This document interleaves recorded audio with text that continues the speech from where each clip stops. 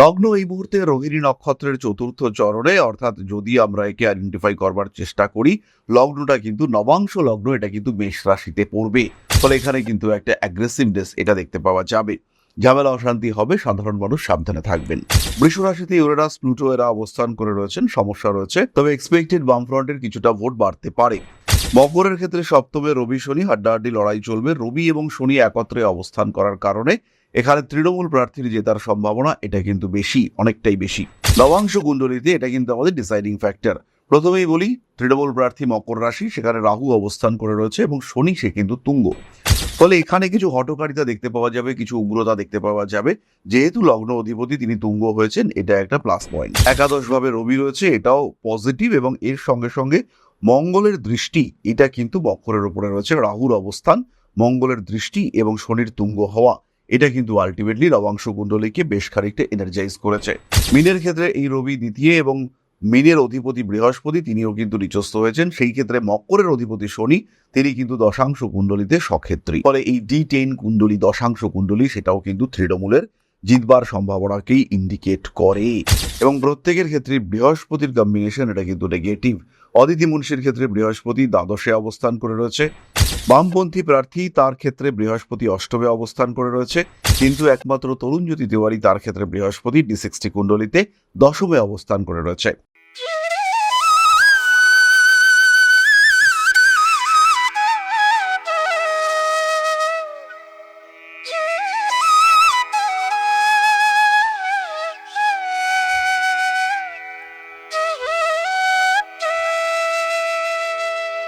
নমস্কার, Rishibani institute of Vedic অ্যাস্ট্রোলজির পক্ষ থেকে স্বাগত জানাই আজকের জ্যোতিষ আলোচনায়। আমি শান্তনু আপনাদের সঙ্গে। আলোচ্য বিষয় জ্যোতিষ এবং ভোট, ইলেকশন, নির্বাচন, ভোট যুদ্ধ, পশ্চিমবঙ্গে গণতন্ত্র ইত্যাদি বিষয় নিয়ে আমরা আলোচনা করব। এবং আজকে আপনারা দেখতেই পেয়েছেন, বেশ বহু চর্চিত এবং খুব সেন্সিটিভ একটা ক্ষেত্র আজকে আমাদের আলোচনার বিষয়।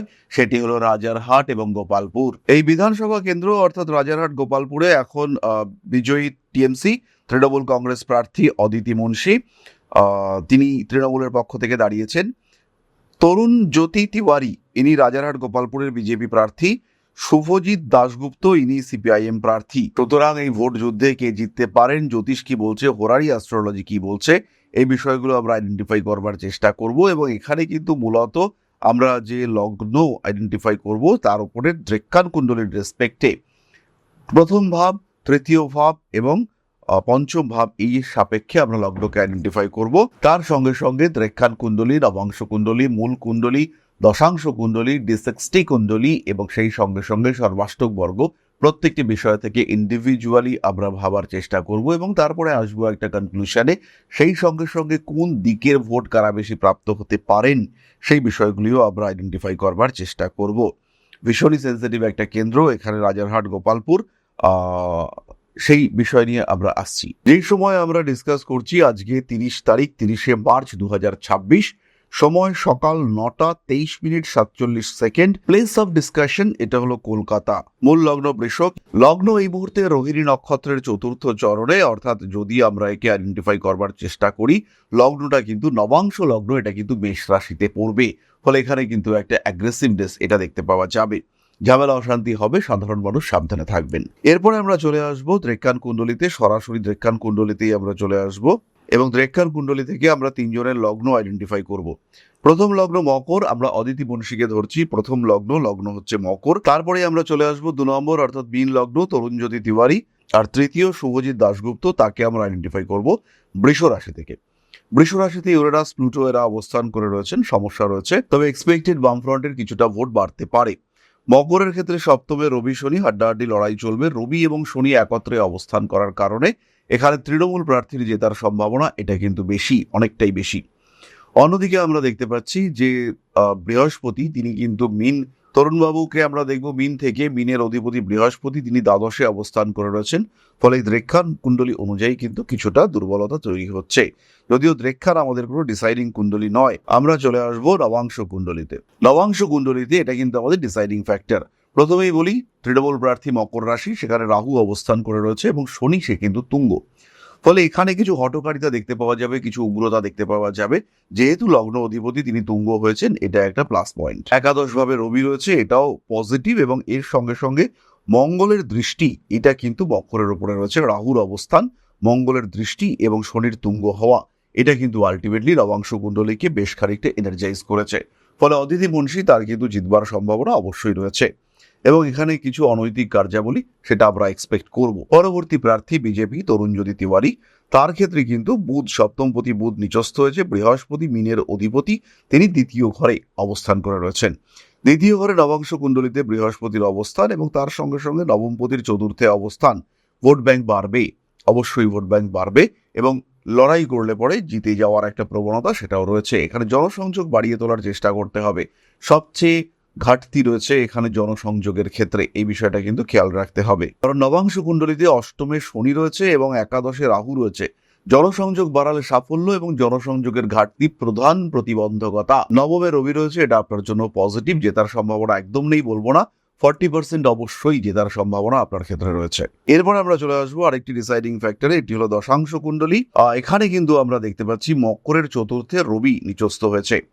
মিনের ক্ষেত্রে এই রবি দ্বিতীয়, এবং মিনের অধিপতি বৃহস্পতি তিনিও কিন্তু নিচস্থ হয়েছেন। সেই ক্ষেত্রে মকরের অধিপতি শনি, তিনি কিন্তু দশাংশ কুণ্ডলীতে সক্ষেত্রী। ফলে এই D10 কুণ্ডলী, দশাংশ কুণ্ডলী, সেটাও কিন্তু তৃণমূলের জিতবার সম্ভাবনাকেই ইন্ডিকেট করে।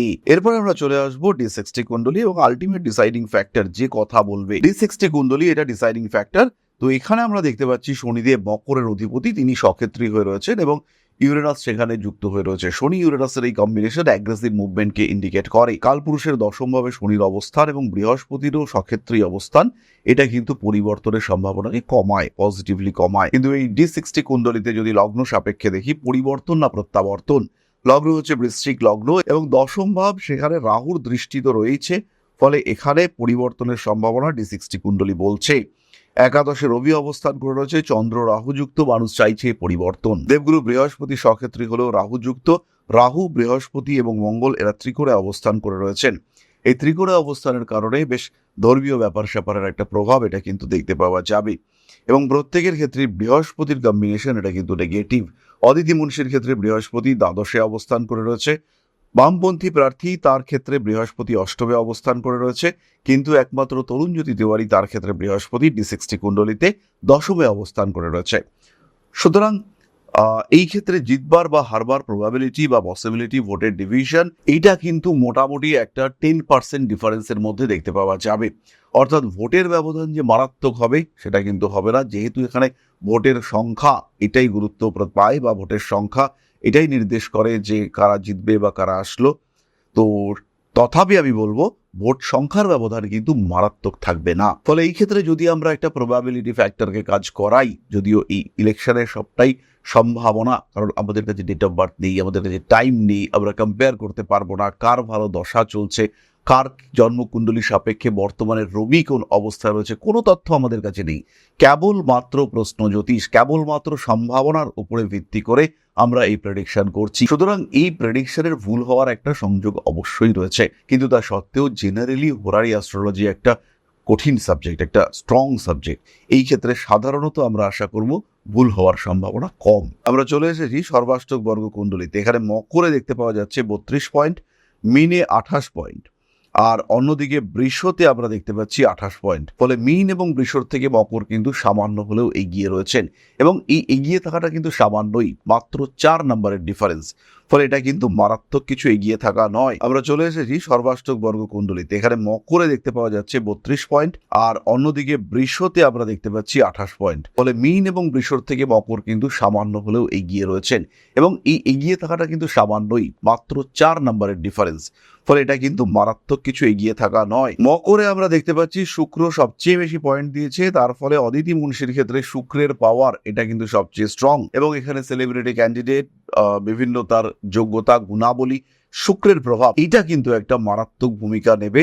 অন্যদিকে তার ক্ষেত্রে কম বয়সী ভোটার, মহিলা ভোটার, চন্দ্র এবং বুধ এরাও কিন্তু 5-5 করে পয়েন্ট দিয়েছে। ফলে কম বয়সী ভোটার, মহিলা ভোটার এবং বয়স্ক ভোটার, শনিও এখানে 5 নাম্বার দিয়েছে, এদের ইম্প্যাক্ট এটা কিন্তু অনেকটাই বেশি। ফলে সবচেয়ে বেশি প্রভাব ফেলবে তার গ্ল্যামার, তার গ্ল্যামার জগতের সঙ্গে যোগাযোগ। ফলে প্রার্থীর সঙ্গে সঙ্গে যারা প্রচারে আসবেন, এখানে তিনি যদি বেশি বেশি সেলিব্রিটিদেরকে ব্যবহার করেন, সেক্ষেত্রে ভোট পাওয়ার সম্ভাবনা এটা কিন্তু অনেকটাই বেশি। আরো একটি বিষয় খেয়াল রাখতে হবে, শনিও কিন্তু এখানে 5 পয়েন্ট দিয়েছে। তাই পুরনো যারা আপনার হয়ে কাজ করতো বা পুরনো যারা যে সমস্ত মানুষকে আপনি দূরে সরিয়ে দিয়েছেন, তাদের একটু আগলে নেওয়ার, তাদের একটু কাছে টেনে নেওয়ার এটা কিন্তু আদর্শ সময়। নিজেকে এগিয়ে নিয়ে যেতে এবং তার জন্য বেশ কিছু জায়গায় কম্প্রোমাইজ সেটাও আপনাকে করতে হতে পারে। এটা কিন্তু আপনার জেতার প্রবাবিলিটিকে আরো বাড়াবে। এরপরে আমরা চলে আসবো তরুণ জ্যোতিবাবুর কথায়। এই ক্ষেত্রে কিন্তু এডুকেটেড পার্সন যারা শিক্ষিত ভোটার, তাদের দিক থেকে তিনি প্রথমেই সবচেয়ে বেশি সাপোর্ট পাচ্ছেন। বেশ কিছু পাওয়ারফুল লোকজন যারা এর আগে ঝামেলা টামেলা করেছেন, এই সমস্ত মানুষদের কাছ থেকেও আপনি হিউজ সাপোর্ট পাচ্ছেন। আপনার ব্যাকগ্রাউন্ড, আপনার পরিচিতি, আপনার পরিজন, আত্মীয়, চেনা পরিচিতি মানুষজন, তাদের ক্ষেত্রেও কিন্তু একটা হিউজ সাপোর্ট দেখতে পাওয়া যাবে। এরপর আমরা দেখতে পাচ্ছি প্রশাসনের দিক থেকে বা যারা সরকারি চাকরি করেন, তাদের দিক থেকেও আপনি একটা ভালো সাপোর্ট পাচ্ছেন।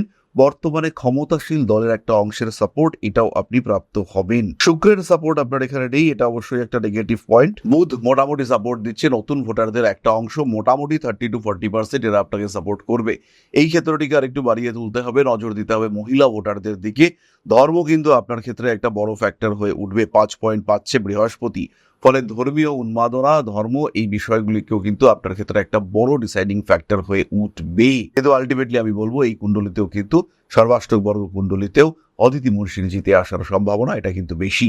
এরপরে আমরা চলে আসবো সরাসরি বিংশোত্তরী দশা প্রসঙ্গে। খেয়াল রাখতে হবে, দশা কিন্তু চলছে কেতুর দশা, শনির অন্তর্দশা, শুক্রের প্রত্যন্তর দশা এবং তারপরে বুধের সূক্ষ্ম দশা। এই সময় এই প্রথম মানুষ অর্থাৎ মকর রাশি এর মানুষের জিতবার সম্ভাবনা এখানে কিন্তু পজিটিভ। মিনের ক্ষেত্রে প্রত্যন্তর দশা অধিপতি শুক্র হওয়ার কারণে, তৃতীয়পতি অষ্টমপতি হওয়ার কারণে সমস্যা একটা থাকছে।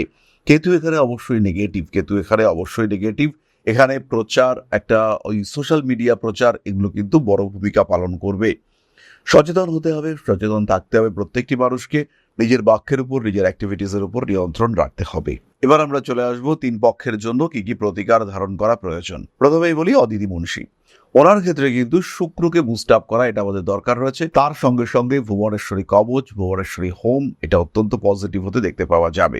আরও একটা বিষয় খেয়াল রাখতে হবে, এই কেন্দ্রে যে সমস্ত রুষ্ট ব্যক্তিবর্গ রয়েছেন, যারা ক্ষুব্ধ হয়ে রয়েছেন, তাদের সঙ্গে কিন্তু একটা জনসংযোগ সৃষ্টি করবার চেষ্টা এটা আপনাকে করতে হবে, না হলে কিন্তু আপনার জিতবার সম্ভাবনা কমবে। তরুণ যদি তিওয়ারি, তার ক্ষেত্রে অবশ্যই সূর্যদেবের আরাধনা করতে হবে, সেই সঙ্গে সঙ্গে দক্ষিণাকালীর হোম এটাও কিন্তু তাকে অবশ্যই করতে হবে। বামপন্থী প্রার্থী শুভজিৎ দাশগুপ্ত, তার ক্ষেত্রে জেতার সম্ভাবনা সত্যিই কম। প্রত্যেকটি জায়গাতেই আমরা দেখেছি তার ক্ষেত্রে পার্সেন্টেজ এটা যথেষ্টই কম, তবে কিছু ভোট মেবি বাড়তে পারে, বাড়তে নাও পারে, এই বিষয়টি খেয়াল রাখতে হবে। আর একটি বিষয় এখানে আমরা খেয়াল রাখবো, ওনাকেও কিন্তু দক্ষিণাকালী এবং মা বগলার পুজো করতে হবে। বগলামুখী স্তোত্রপাঠ এটা অত্যন্ত পজিটিভ হতে দেখতে পাওয়া যাবে ওনার জন্য, এবং যেরকম রেজাল্ট, যেরকম এফেক্ট উনি আশা করছেন, প্রায় তার মতো একটা এফেক্ট সেটা পাওয়ার সম্ভাবনা অনেকটাই বেশি। সুতরাং প্রত্যেকেই কিন্তু সচেতন হতে হবে এবং প্রত্যেকেই আলটিমেটলি আমাদের ভালো করবার চেষ্টা করতে হবে। সাধারণ জনগণের উন্নতি এটা করবার মানসিকতা নিয়েই ভোটে আসতে হবে। তাহলে প্রত্যেক প্রার্থীর জন্য রইল শুভকামনা। আপনারা ভোট করুন, লড়াই করুন, জিতুন। সমস্তটাই হোক মানুষের স্বার্থে, সমস্তটাই হোক উন্নয়নের স্বার্থে। আপনাদের প্রত্যেকের কাছেই এই মঞ্চে একটা ছোট্ট অনুরোধ, খেয়াল রাখবেন যে পশ্চিমবঙ্গের স্বাস্থ্য, পশ্চিমবঙ্গের শিক্ষা ব্যবস্থা এগুলো কিন্তু যথেষ্টই খারাপ পর্যায়ে এসে পৌঁছেছে।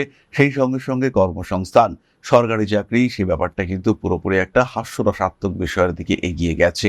চাকরি পেয়েও স্থিরতা নেই, চাকরি থাকবে কিনা, এই সমস্ত বিষয়গুলিকে ঠিকঠাক করবার উদ্দেশ্য নিয়ে পশ্চিমবঙ্গের আলটিমেট উন্নতির চিন্তা করে অবশ্যই আপনারা ভোট করুন, অবশ্যই জিতুন এবং তারপরে সকলের প্রতি সহমর্মিতা এটা পোষণ করার চেষ্টা করুন। তাহলে আজকের আলোচনা আমরা আর দীর্ঘায়িত করব না। সবাই সুস্থ থাকুন, ভালো থাকুন। মা শ্রী শ্রী আদি শক্তির পূর্ণ আশীর্বাদ বর্ষিত হোক আপনাদের উপর।